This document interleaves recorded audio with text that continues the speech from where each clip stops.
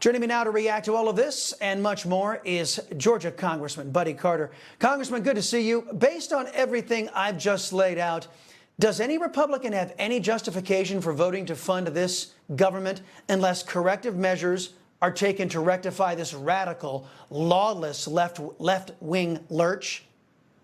You know, that's the number one question I get when I'm in the district, and that's from people who are asking me, how can you justify sending money to another country to secure their border when our border is not secure? And I'll be quite honest with you, there's not a good answer to that question. So the response to your question is, no, we should not be sending money to the other countries until our border is secure.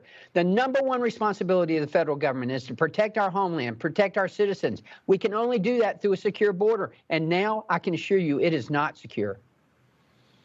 Does our federal government deserve to be funding as it is now facilitating massive illegal immigration into this country?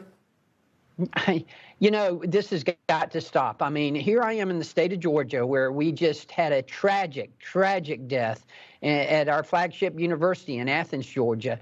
Laken Riley, a beautiful young lady with just the brightest future and everything that we know about her. She was just an outstanding person who had dedicated herself to becoming a nurse so that she could help people. And what happens? She is killed by an illegal immigrant in this country who entered in here in 2022, who in September was in New York City and arrested for potentially cruel acts to a child.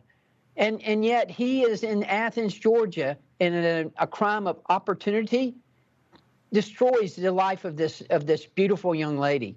And, you know, every state has become a border state. Every city has become a border city. New York City is a sanctuary city. Athens, Georgia is a sanctuary city. This has got to stop. We can't continue to do this.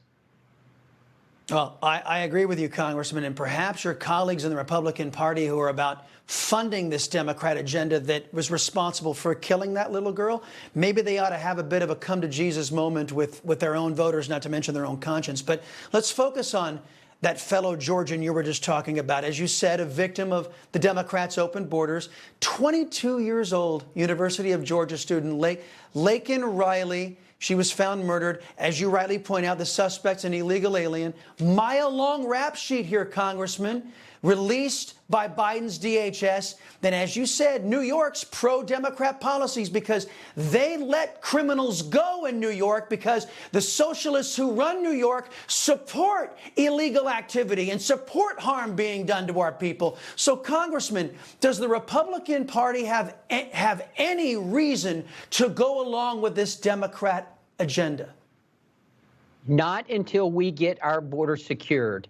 We have to have it secured. And don't think, I mean, this is an awful, awful situation in Athens, Georgia. I was at an exchange club meeting earlier today. I had a father walk up to me and say, my daughter is 13 weeks pregnant. Last night she was driving home. An illegal immigrant rear-ended her. He was drunk with an open container in his car. He came up to the car and totaled both cars. Came up, knocked on the windshield and said, no police, no license. That's in Savannah, Georgia.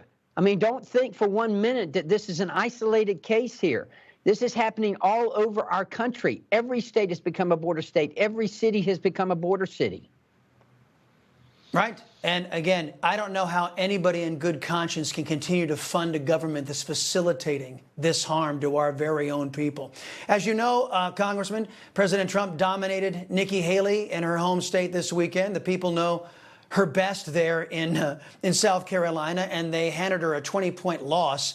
Even though she has no path, she's vowing to stay in this race. This has led California Governor Gavin Newsom to declare that Nikki Haley is one of the Democrats' best surrogates against President Trump. How do you see the GOP primary for president progressing from this point on, sir? Well, I am disappointed that Nikki Haley has decided to stay in, but that, of course, is her choice. I've endorsed President Trump many months ago, and I'm glad to know that he's going to be our nominee. There's no question about it. Had he been president during this time, what happened to Laken Riley, I don't think would have happened. He secured that border. He understood how important it was. He understands what the economy is about here in America. Remember, Elections have consequences because policies have consequences. We are right on policy, and that's what the American people are going to understand, and that's why I'm excited to support Donald Trump for president again. Congressman Buddy Carter, thank you very much. Appreciate the time, folks.